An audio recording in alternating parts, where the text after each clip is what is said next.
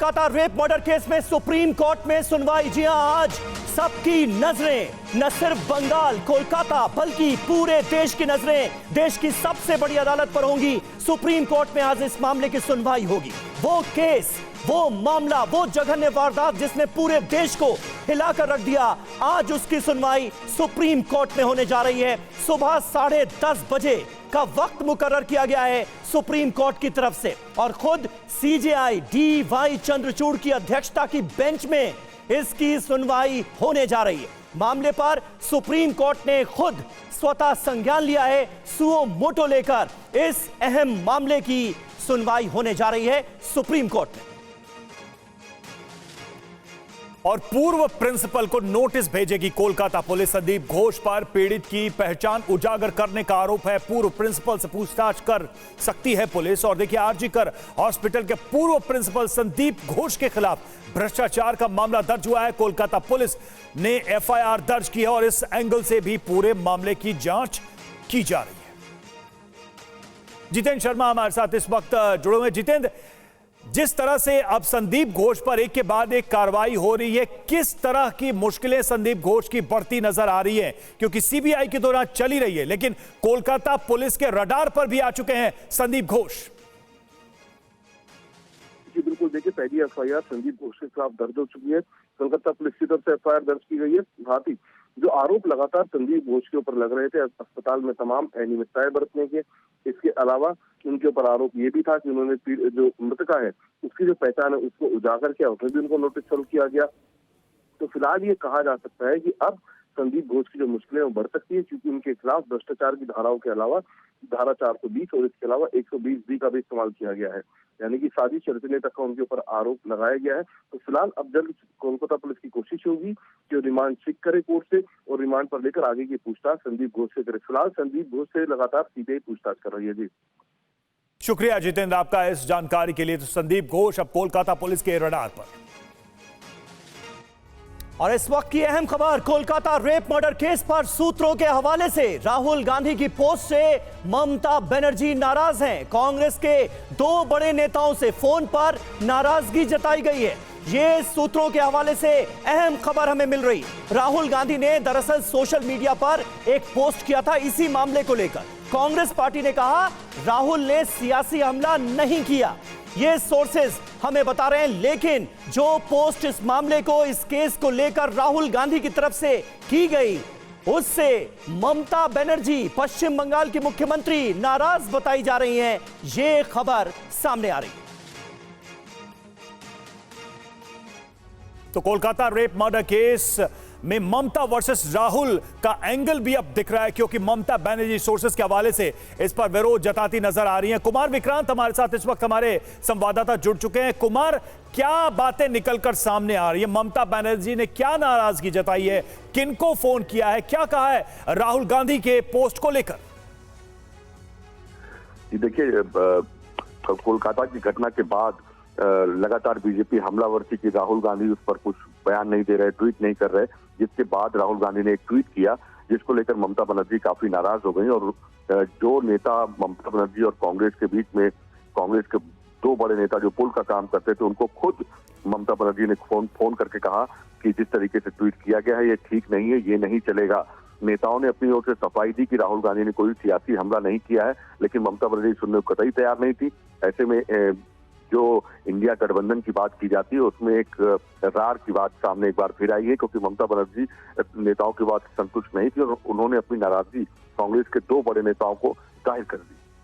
शुक्रिया कुमार आपका। तो कांग्रेस के 2 बड़े नेताओं को अपनी नाराजगी जताई है ममता बनर्जी ने राहुल गांधी के पोस्ट को लेकर, और निश्चित तौर पर यह कम से कम इंडिया ब्लॉक के लिए समीर अच्छी खबर तो नहीं है। बिल्कुल, और इस केस में शुरुआती तौर पर जो हीला हवाली सामने आई, स्थानीय प्रशासन को कटघरे में खड़ा किया था कहीं ना कहीं राहुल गांधी ने अपनी इस पोस्ट के जरिए, और इसीलिए ममता बनर्जी की नाराजगी सामने आई है। अब सोर्स ये बता रहे हैं। एक और अहम खबर, कोलकाता रेप मर्डर केस में ममता के मंत्री की धमकी सामने आई है। उदयन गुहा ने कहा ममता का इस्तीफा मांगने वाले कभी सफल नहीं होंगे, इस्तीफा मांगने वालों की उंगली तोड़ देंगे। ये कौन कह रहा है? ममता बनर्जी की सरकार में मंत्री हैं उदयन गुहा। उन्होंने सीधे सीधे ये धमकी दी है, सुनिए जरा।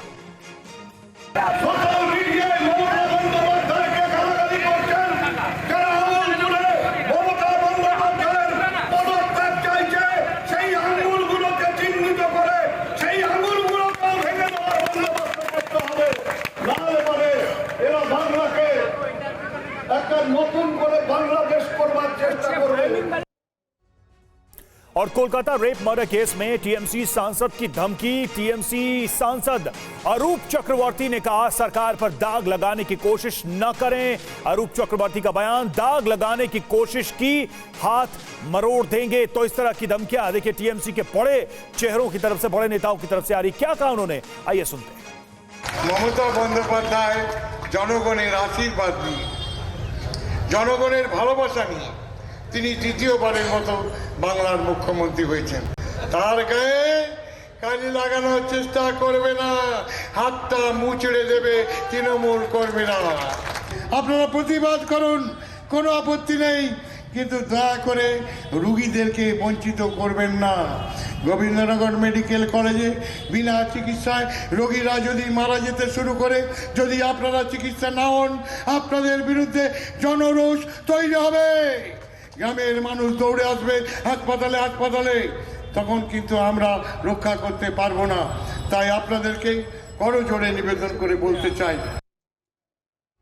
तो सुना आपने, मंत्री जी उंगली तोड़ने की धमकी दे रहे हैं तो सांसद महोदय हाथ मरोड़ने की बात कर रहे हैं। सवाल उठाने वालों के लिए क्या क्या कहा गया है। इतनी जघन्य वारदात के बाद जिम्मेदार पदों पर बैठे लोगों की तरफ से जरा आपको दिखाते हैं। ममता के उंगली तोड़ मंत्री उदयन गुहा, सीएम का इस्तीफा मांगने वालों की उंगलियां तोड़ दी जाएंगी। ममता बनर्जी की पश्चिम बंगाल सरकार में मंत्री हैं उदयन गुहा और वो ये बयान दे रहे हैं। अरूप चक्रवर्ती क्या कह रहे हैं, रवि जरा बताइए। बिल्कुल, अरूप चक्रवर्ती सांसद वो कह रहे हैं कि सरकार पर दाग लगाने की कोशिश की तो हाथ मरोड़ देंगे। ये बयान आप देखिए टीएमसी के बड़े नेताओं की तरफ से कैसे आ रहे हैं। सरकार से 5 सवाल हम पूछने जा रहे हैं समीर। ये सवाल बेहद महत्वपूर्ण है इन बयानों और इस स्थिति को देखते हुए। बिल्कुल, सबसे बड़ा सवाल तो यही है रवि कि इंसाफ के लिए लड़ रहे लोगों को आखिर धमकी क्यों दी जा रही है। जिम्मेदार पदों पर बैठे लोग धमका क्यों रहे हैं। धमकी के जरिए पीड़ित परिवार का अपमान क्यों किया जा रहा है,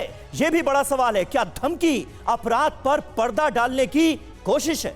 बिल्कुल, अगला सवाल, कहीं धमकियों से गवाहों को डराने की कोशिश तो नहीं की जा रही है। जो लोग सामने आ रहे हैं इस पूरे मामले में, कहीं उनको इंटिमिडेट करने या उनको डराने की कोशिश तो नहीं की जा रही है। 5वां, उंगली तोड़ मंत्री और सांसद पर एक्शन कब होगा। यानी कि ये जो नेता खुले मन से इस तरह की बातें कर रहे हैं, क्या इन पर एक्शन होगा, होगा तो कब होगा। बिल्कुल, और हमारे साथ इस वक्त तमाम खास मेहमान मौजूद हैं, उनसे आपका तारुफ करा दें। शाजिया इल्मी हमारे साथ मौजूद हैं, राष्ट्रीय प्रवक्ता भारतीय जनता पार्टी की। मौमिता काली हमारे साथ मौजूद हैं, प्रवक्ता कांग्रेस की। संजय सरकार, नेता टीएमसी के, हमारे साथ मौजूद हैं। प्रोफेसर कौशिक चट्टोपाध्याय, नेता हैं सीपीएम के, वो भी हमारे साथ मौजूद हैं। और कुमार कुंदन, हमारे संवाददाता, जो कि कोलकाता में ही रहकर लगातार इस केस को ट्रैक कर रहे हैं, सीबीआई दफ्तर से हमारे साथ लाइव जुड़ चुके हैं। सबसे पहले कुमार, एक अपडेट मैं आपसे चाहूंगा, सीबीआई की इतने दिनों की जांच में क्या हासिल वसूल निकला है, क्योंकि कोलकाता पुलिस की जांच पर तमाम बड़े सवाल खड़े हुए थे, कटघरे में नजर आ रही थी पुलिस। इतने दिनों की सीबीआई जांच में क्या हासिल हुआ है। देखिए समीर, अगर आधिकारिक रूप से बोले तो सीबीआई के हाथ अभी भी खाली हैं, लेकिन अगर अपुष्ट सूत्रों की बताएं तो उस हिसाब से सीबीआई ने कई सारे सबूत इकट्ठा करने की कोशिश की है, जिसमें कि कई सारी जगहों से फिंगरप्रिंट से लेकर तमाम तरह की चीज़ें हैं। सीबीआई की सबसे बड़ी परेशानी क्या है कि उसके पास जो सबसे बड़ा अहम सबूत है वो अब तक नष्ट हो चुका है। दूसरा, उसे सब कुछ के लिए कोलकाता पुलिस पर रिलाई करना पड़ रहा है और उस सबूतों को री-वेरीफाई करने का काम सीबीआई कर रही है। तो जो हमें जानकारी है उसके हिसाब से सीबीआई के पास अभी तक जो है फिलहाल कुछ बताने के लिए बड़ी चीज़ नहीं है। सीबीआई अभी भी तफ्तीश के दायरे में ही है। दूसरी बात, कोलकाता पुलिस ने जो अपनी तफ्तीश की है उस तफ्तीश के आधार पे उसने बता दिया है कि एक तरीके से संजय रॉय ही कातिल है, लेकिन इसकी पुष्टि अभी तक सीबीआई ने नहीं की है। सीबीआई कल भी पीड़िता के घर गई थी, सीबीआई कल भी आरजीकर अस्पताल गई थी। सीबीआई संजय रॉय के अलावा भी लोगों से बात कर रही है, जिसमें संदीप बोस एक प्राइम सस्पेक्ट के तौर पर हैं। आज भी उससे पूछताछ होनी है और बाकायदा उसके पॉलीग्राफ टेस्ट तक की बात की जा रही है कि होगी।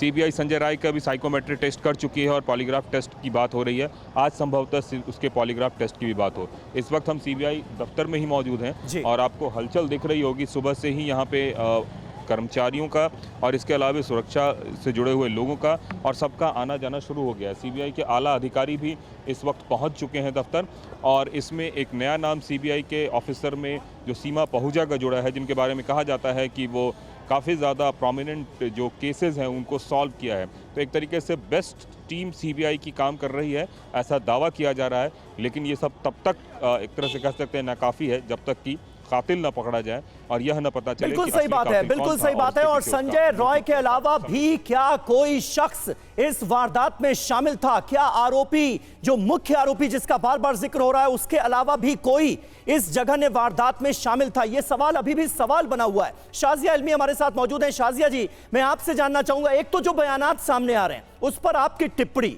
कोलकाता में पश्चिम बंगाल सरकार में मंत्री ये कह रहे हैं कि सवाल उठाने वालों की उंगली तोड़ दी जाएगी, कोई कह रहा है हाथ मरोड़ दिए जाएंगे, और वो कोई और नहीं बल्कि सांसद हैं टीएमसी के। इस तरह के बयानात, सीबीआई के हाथ अभी तक खाली। पहला रिएक्शन आपका। समीर जी, आपको और रवि जी से मैं पूछना चाहूंगी कि कितनी उंगली तोड़ेंगे, कितने हाथ मरोड़ेंगे, कितने मुंह को चुप करेंगे, कितने और बलात्कारियों को संरक्षण देंगे? आपको क्या लगता है कि इतने लोग जो इस देश में इस वक्त आहत हैं, इतने सदमे में हैं, आक्रोश में हैं, आपको लगता है सबकी उंगलियां तोड़ेंगे? आपको लगता है? शुरू करें, आइए शुरू करें, मैं तो चुनौती देती हूं, हिम्मत है? और ये देखिए दरबारी कल्चर, ये है तानाशाही, ये है तानाशाही, और इसका प्रमाण देखिए आप। और ये लोग हैं जो हाथ बढ़ा कर, प्लेकार्ड ले लेकर, संविधान की प्रतियां ले लेकर बाकायदा नाटक करते हैं पार्लियामेंट में।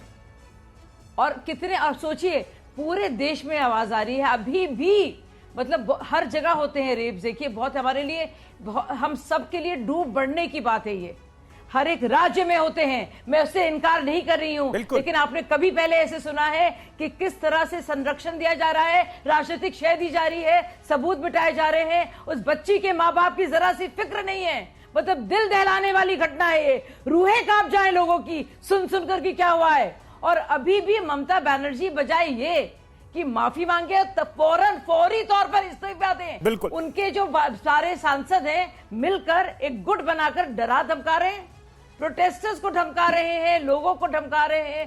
कब तक चलेगा ये? मतलब बयान कर दिए, और इससे साफ जाहिर होता है कि ममता बनर्जी जो है बाकायदा बचा रही है। ये बयान बहुत ही हैरान करने वाले हैं। कवर अप के लिए सब कुछ की जा रही है, और इसकी आवश्यकता क्या है, ये अपने आप में एक सवाल है। संजय जी, अब तो सवाल यही है कि भाई तोड़फोड़ हो गई प्रोटेस्टर्स के ऊपर। हम ये भी देख रहे हैं कि जो लोग सोशल मीडिया पे पोस्ट कर रहे हैं, पुलिस उनको नोटिस भेज रही है। अभी हमने खबर चलाई कि राहुल गांधी से की शिकायत करने के लिए ममता बनर्जी ने खुद ही कांग्रेस के 2 बड़े लोगों को कॉल कर दिया कि भाई वो क्यों पोस्ट कर रहे हैं, और आपके नेता मंत्री तो हाथ तोड़ने, उंगली मरोड़ने की बात कर रहे हैं। जस्टिफाई कैसे करेंगे आप इसे? गुड मॉर्निंग रवि जी, समीर जी, सभी पैनलिस्ट लोग। मैं सबसे पहले एक चीज को, तो बहुरूपिया देखा, लेकिन इस तरह से बहुरूपिया हम कभी नहीं देखा है भारतीय जनता पार्टी। सबसे बड़े बात है जो कांच के घर में रह के दूसरों के घर में पत्थर फेंकने वाला। नंदीग्राम में एक महिला को साथ में क्या हुआ है, भारतीय जनता पार्टी का वहां का कार्यकर्ता लोग उसको मारा, दौड़ाया, नंगा करके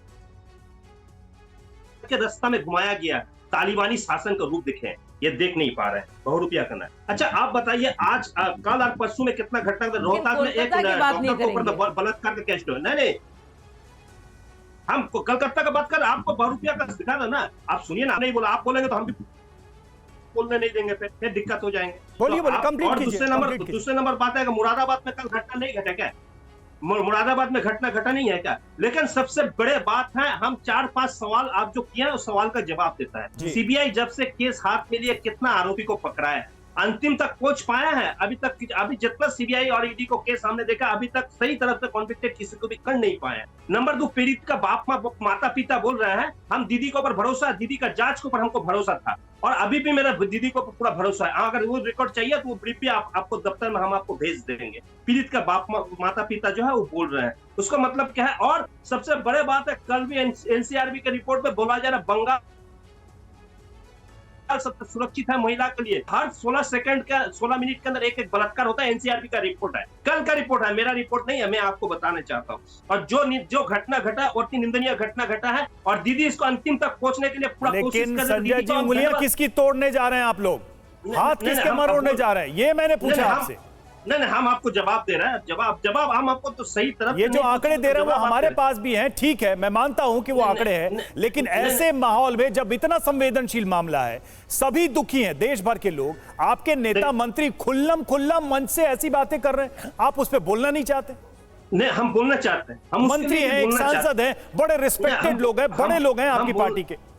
देखिए, ये भारतीय जनता पार्टी एक घटिया राजनीति करने का कोशिश कर रहा है बंगाल में, और यहाँ पर जो ये लॉ एंड ऑर्डर है इसको किसी भी तरफ से इसको तोड़ने का कोशिश कर रहा है। तो मेरे विधायक और मंत्री जी बोला है जो यहाँ पर जो बलात्कारियों को बचाना जो है बहुत ही अच्छी बात है, वो घटना नहीं। हम बलात्कारी को नहीं बचा रहे, हम बलात्कारी को नहीं बचा रहे। बलात्कारी को बचाते तो 12 घंटे के अंदर संजय राय को अरेस्ट नहीं। तो बचा किसको रहे हैं? बचा किसको रहे हैं? जो पश्चिम बंगाल सरकार में मंत्री हैं, जिन्होंने उंगली तोड़ने की बात की, धमकी दी, उनको बचा रहे हैं। अपने सांसद अरूप चक्रवर्ती को बचा रहे हैं, जिन्होंने हाथ मरोड़ने की बात की, सवाल उठाने वालों के लिए। चांद के अंदर में दाग है, लेकिन दीदी के शरीर में कोई दाग नहीं। अगर वो दाग कोई लगाने को कोशिश नहीं, दाग किसको मानते हैं आप? दाग किसको मानते हैं? मैं सरकार साहब आपको पूरा मौका दिया। आप दूसरे लोग भी हमारे साथ मौजूद हैं, मेहमान हमारे साथ मौजूद हैं। मौमिता काली हमारे साथ मौजूद हैं, प्रवक्ता कांग्रेस पार्टी की। मौमिता जी, आप लोगों के लिए क्या वाकई बड़ी दिक्कत हो गई है क्या पश्चिम बंगाल में? कोई भी घटना घट जाए, एक ट्वीट करना मुश्किल, एक बयान देना मुश्किल, वरना ममता बनर्जी नाराज हो जाएंगी, इंडिया गठबंधन की दुहाई देने लगेंगी कि आप तो हमारे साथ हैं, हमारे खिलाफ बयान क्यों दे रहे हैं? है क्या ऐसा? ममता बनर्जी अगर नाराज हो जाएंगे तो हम लोग ट्वीट करना बंद कर दूंगी। ममता बनर्जी अगर नाराज हो जाएंगे तो हम लोग प्रोटेस्ट करना बंद कर दूंगी। ममता बनर्जी के मंत्री उधर बोलेंगे, धमकी देंगे, जे उंगली तोड़ दूंगा, तो हम लोग डरपोक बन जाऊंगी। हम लोग डरपोक बन के घर में खुद को छुपाने लगूंगी। हम लोग टीएमसी पार्टी के कार्यकर्ता नहीं हूँ सर। ये लोग बार बार नंदीग्राम करके शोर मचाता है। इन लोगों को सबसे पहले इन लोगों से पूछिए, कामदुनी में क्या हुआ था, पार्क स्ट्रीट में क्या हुआ था, हासखाली में क्या हुआ था, संदेशखाली में क्या हुआ था, रानाघाट में क्या हुआ था। ये माटी मानुष के सरकार होता है जो नारी सुरक्षा नहीं दे सकते हैं। वो लोग अभी क्या कर रहे हैं, ये घिनौना पॉलिटिक्स करना शुरू कर दिया। एक मर्डर केस को, एक रेप केस को छुपाने के लिए, कुछ लोग को छुपाने के लिए ये लोग पॉलिटिकल डार्टी पॉलिटिक्स करना शुरू कर दिया। ये कैसा बात है? राहुल जी ने प्रोटेस्ट किया, राहुल जी ने एक ट्वीट किया, आपके दीदी क्या हो गया, आपके दीदी तब नाराज हो गया। ये नाराज होने की बात नहीं है, ये सच छुपाने की बात नहीं है। जो असली मुजरिम है उसे स्ट्रिक्ट एक्शन, उसके खिलाफ स्ट्रिक्ट एक्शन लेने का टाइम है अभी। नहीं ममता काली जी, तो क्या बीजेपी की तरह, क्योंकि बीजेपी की, सुनिए ममता जी, इलेक्शन के दिन ममता जी, शाजिया इल्मी अभी हमारे साथ बैठी हुई हैं इस डिबेट में। उन्होंने जब प्रेस कॉन्फ्रेंस की तो उन्होंने इस बात का जिक्र किया कि पश्चिम बंगाल में हालात ऐसे हो गए हैं कि जो ऑथराइज्ड अथॉरिटी हैं उन्हें पश्चिम बंगाल में राष्ट्रपति शासन लगाने पर विचार करना चाहिए। आप लोग भी ये डिमांड करेंगे क्या? आपको लगता है कि ये स्थिति पैदा हो गई है?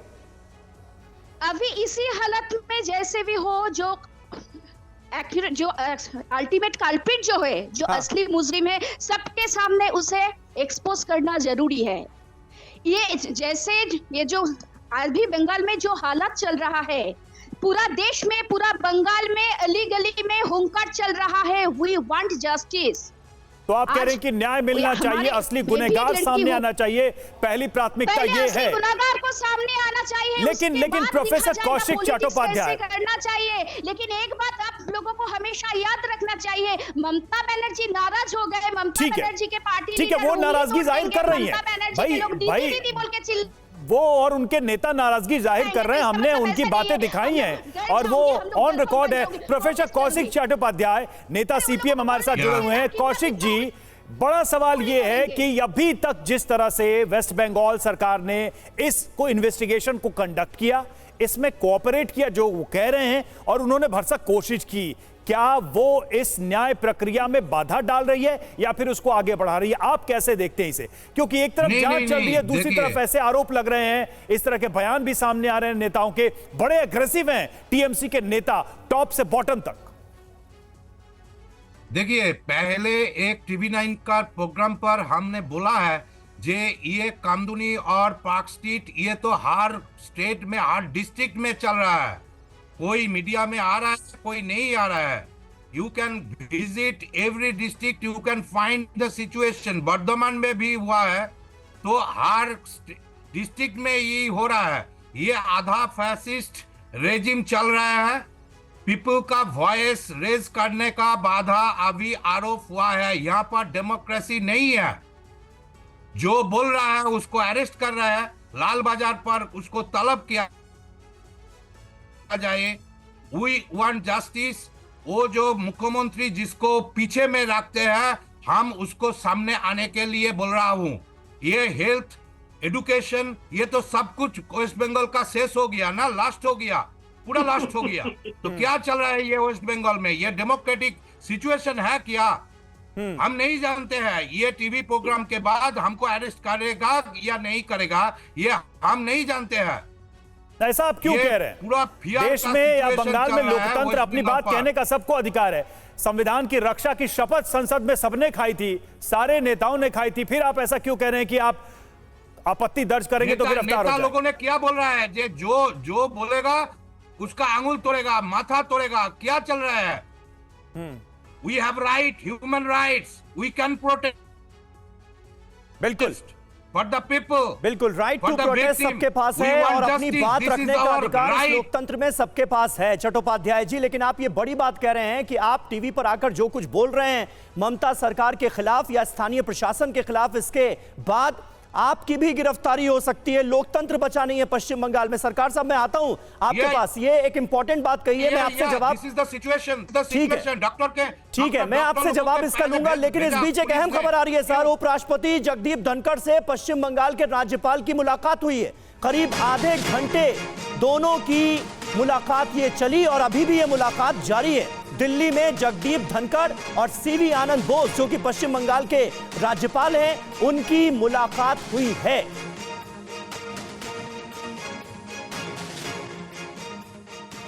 और कोलकाता रेप मर्डर केस पर पीड़ित परिवार के वकील का बयान सामने आया है। वारदात में 2 से 3 लोग शामिल, ये विकास रंजन ने कहा है और पीड़ित के वकील ने कहा है। पोस्टमार्टम करने वाले डॉक्टर ने दी है जानकारी। रेप मर्डर के आरोपी प्रभावशाली लोग, विकास रंजन का बयान, क्या कहा उन्होंने, आइए सुनते हैं। पोस्टमार्टम रिपोर्ट मैंने तो नहीं देखा, लेकिन जो डॉक्टर ने देखा है वो डॉक्टर ने हमें बताया कि ये जो हुआ है, ये काम एक आदमी के लिए कभी संभव नहीं होता है।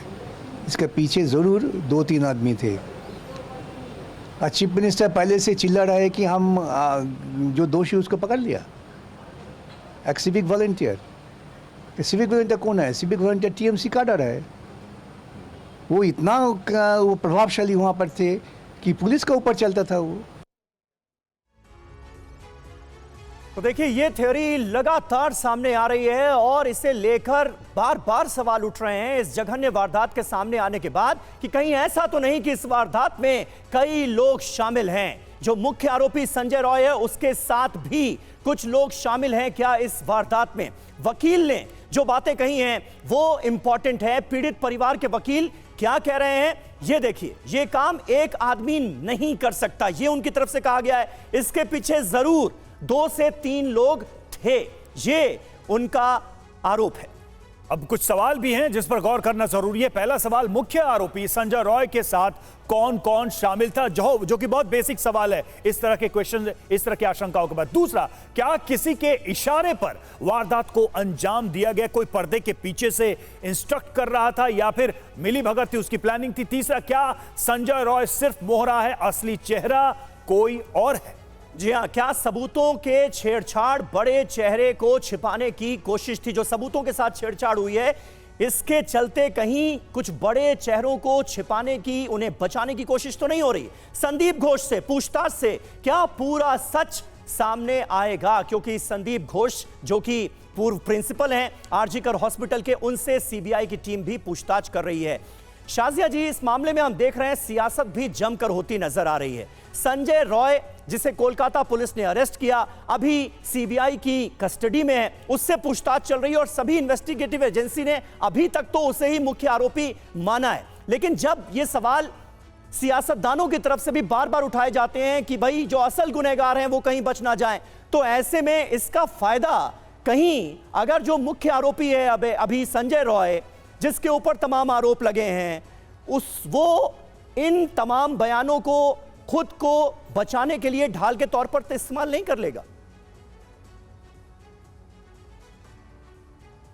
बिल्कुल। और आप खुद सोचिए कि इतनी जल्दबाजी क्या है सिर्फ उसको डिक्लेयर करने की कि वो दोषी है। आप बताइए क्या जल्दबाजी थी इतनी जल्दी उस बच्ची को क्रिमेट करने की? 3 और पार्थिव शरीर वहां थे।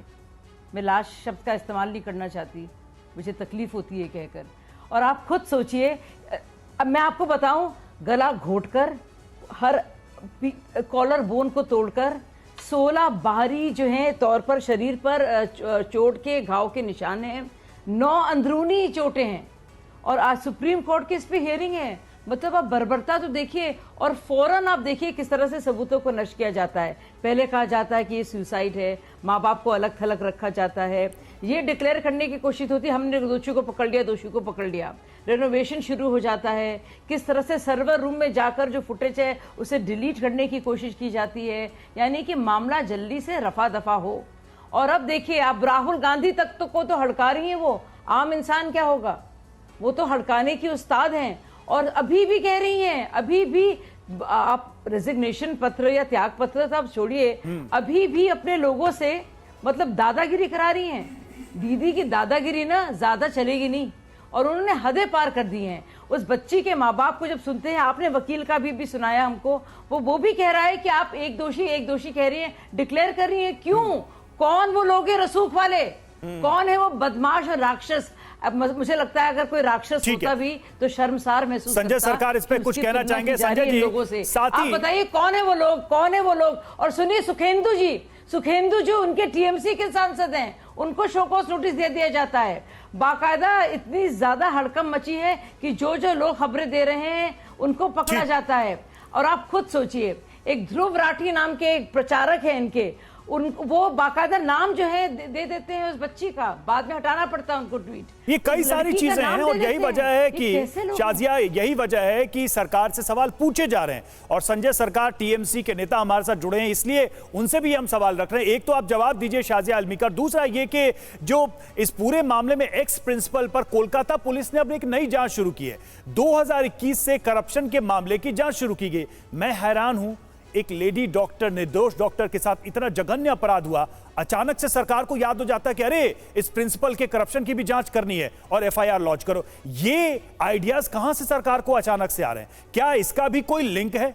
ये करप्शन जो पुराना है उसकी जांच अचानक से क्यों शुरू होती है? क्या ये सवाल नहीं पूछा जाना चाहिए? संजय जी, सबसे पहले तो पार्थो जी को बोलेंगे, आपको कुछ नहीं होगा, आपको डरने की जरूरत नहीं है। नहीं, आपको डरने का, पार्थो जी डरने का कोई जरूरत नहीं है। पार्थो जी, आप कुछ याद दिलाते हैं, अनीता धवन को साथ में कहा हुआ था, मतलब जो यूनेस्को को तैयार तक काम करने वाली थी, उसको प्राइवेट पर्स में टॉर्च घुसाया किया था, बलात्कार करके प्राइवेट पार्ट में टॉर्च घुसा। निताई में क्या हुआ था आपको याद है ना, नंदीग्राम में क्या हुआ था आपको, नानूर में क्या हुआ था मालूम ना, साईबारी में क्या हुआ था आपको मालूम ना, हावड़ा अमता में क्या हुआ था मालूम है ना, जो महिला को मतलब स्तन भी काट लिया गया था। कौन रसूख वाले पावरफुल लोग हैं जिनको आप बचा रहे हैं? इस सवाल का जवाब दीजिए। शाजिया जी उनको अपनी बात रखने दीजिए। पूछ रहा है आपसे ये, ठीक है शाजिया जी, उनको अपनी बात रखने दीजिए। लेकिन संजय सरकार साहब, आप जो वारदातें, जघन्य वारदातें गिना रहे हैं वो पश्चिम बंगाल की हैं, और जहां तक मुझे लगता है वो अंजाम भी तभी दी गई जब आप ही की पार्टी की सरकार थी राज्य में। तो आप अपनी ही सरकार को कटघरे में खड़ा कर रहे हैं क्या कि कानून व्यवस्था आप लोग नहीं संभाल पा रहे हैं? नहीं, खुलेआम अपराध हो रहे हैं। नहीं, ये कम्युनिस्ट जमाने में हुआ था। और रह गया साजिया जी, आप कंस और रावण को साथ में रहकर बात बोलिए। प्रदीप सिंह सेंगार मेरे पार्टी में नहीं था, जो कब हुआ था?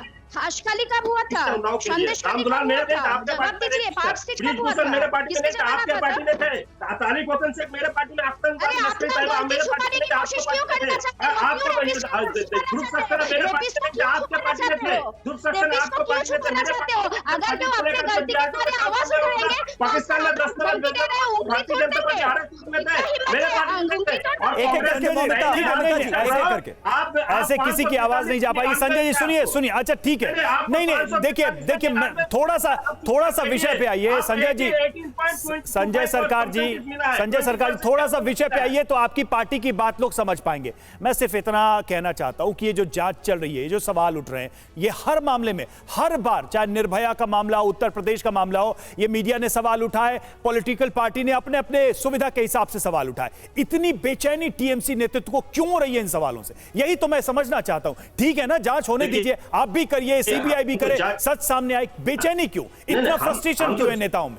हम तो मेरे तो पहले से दीदी बोल के दीदी को धन्यवाद देना चाहते हो। सीबीआई का जांच कर सकता है। हम तो चाहते हैं सीबीआई जितना जल्दी जांच करे और भी आरोपी है उसको पकड़े, जितना जल्दी से फांसी के फंदा में नहीं, तो सवालों से क्यों दिक्कत हो रही है? आप सवालों से आप लोग क्यों चिढ़ रहे हैं? सवाल लोग पूछेंगे, मीडिया के लोग हो चाहे आपके विपक्ष के लोग हो, उनका अधिकार है, वो पूछेंगे सरकार से सवाल, पुलिस से सवाल पूछेंगे, अधिकारियों से पूछेंगे। क्यों चिढ़े आप? कांग्रेस के बारे में मैं पूछना चाहता हूँ। कांग्रेस को जो यहाँ बैठी हुए हैं 543 में 99 मिला, मतलब क्या है 18.25%, मतलब 20%। एक पास मार्क होता है 30%, 30% के पास नहीं मिलता उनको।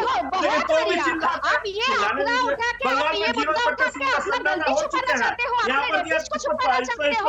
अरे जवाब दीजिए। ममता काली जी, मैं आ रहा हूं आपके पास। संजय सरकार साहब, अभी तक इन जघन्य वारदातों को लेकर और कोलकाता की इस घटना को लेकर आपकी पार्टी की सोच क्या है, ये नहीं पता चला। एक मिनट सरकार साहब, अभी तक आपकी पार्टी की सोच क्या है ये नहीं पता चल रहा है। जो क्राइम की घटनाएं बढ़ रही हैं पश्चिम बंगाल में, उसे लेकर आप अभी भी सवाल पूछ रहे हैं दूसरी पार्टियों से, इतने साल सत्ता में रहने के बाद। नहीं, हम तो पीड़ित का पक्ष में है, अभी भी पक्ष में है, अंतिमतम रहे। और ये जघन्य जो घटना घटी है हम उसको निंदा करते हैं। लेकिन तो आपने अभी तक इस बात का जवाब क्यों नहीं दिया कि जो पूर्व प्रिंसिपल हैं संदीप घोष, उनके खिलाफ भ्रष्टाचार का केस अब क्यों दर्ज किया गया? जब जांच सीबीआई कर रही है इस पूरे मामले की, सुप्रीम कोर्ट सुओ मोटो ले रहा है, आज सुनवाई होने जा रही है, अब आपको याद आया भ्रष्टाचार? नहीं, इंटरनल एक जांच होता है, जांच के बाद में एफआईआर होता है, एफआईआर के बाद में एसआईटी होता है, एसआईटी उसको पूरा जांच करता है। अगर आरोपी होता है तो ये भी जेल में चला जाएंगे, इसमें कोई दो राय नहीं है। हम किसी को सपोर्ट और समर्थन मतलब 2021 से आपको पता ही नहीं था कि वहां भ्रष्टाचार हो रहा है?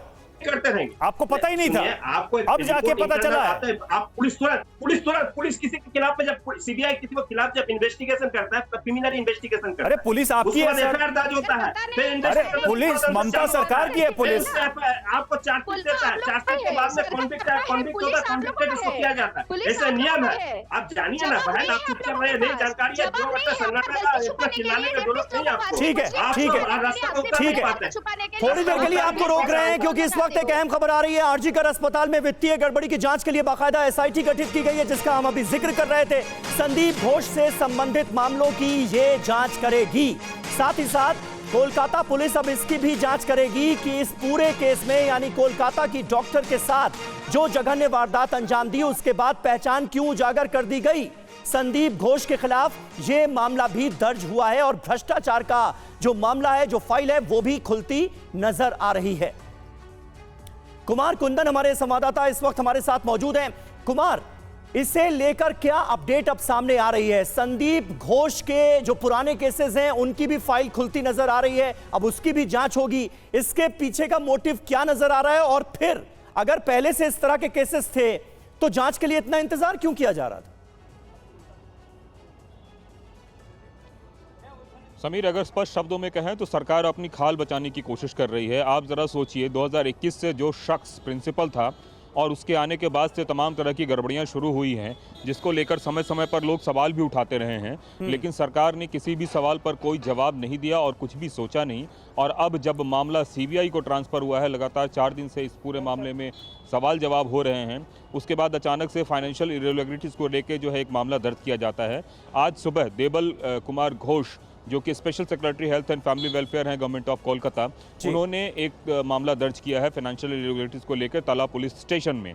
तो ये इसकी मंशा क्या है? कल आप देखिए कुणाल घोष आते हैं और अपने हाथ में एक पैकेट लेके आते हैं और कहते हैं कि डॉक्टरों ने मुझे कुछ सबूत दिए हैं, जो सबूत काफी अहम हो सकते हैं, और उसी दिन शाम को पता चलता है कि सरकार एसआईटी बना के प्रिंसिपल बिल्कुल, ये बहुत दिलचस्प हो जाता है कुमार। एक चीज तो तय है कि इस एसआईटी का ये सडन बिल्कुल इन बिटवीन, जबकि एक बड़ा ही संवेदनशील मामला चल रहा होता है, एसआईटी का गठन करके और इस तरह की जांच। प्रोफेसर कौशिक चट्टोपाध्याय, यही मैं पूछना चाहता हूं जो कुमार कुंदन ने भी कहा कि इंटेंशन क्या है, इंटेंशन इस नई जांच, नए केस और नए मामले के पीछे क्या कुछ और है जिसको कवर अप करने की कोशिश की जा रही है जांच के नाम पर?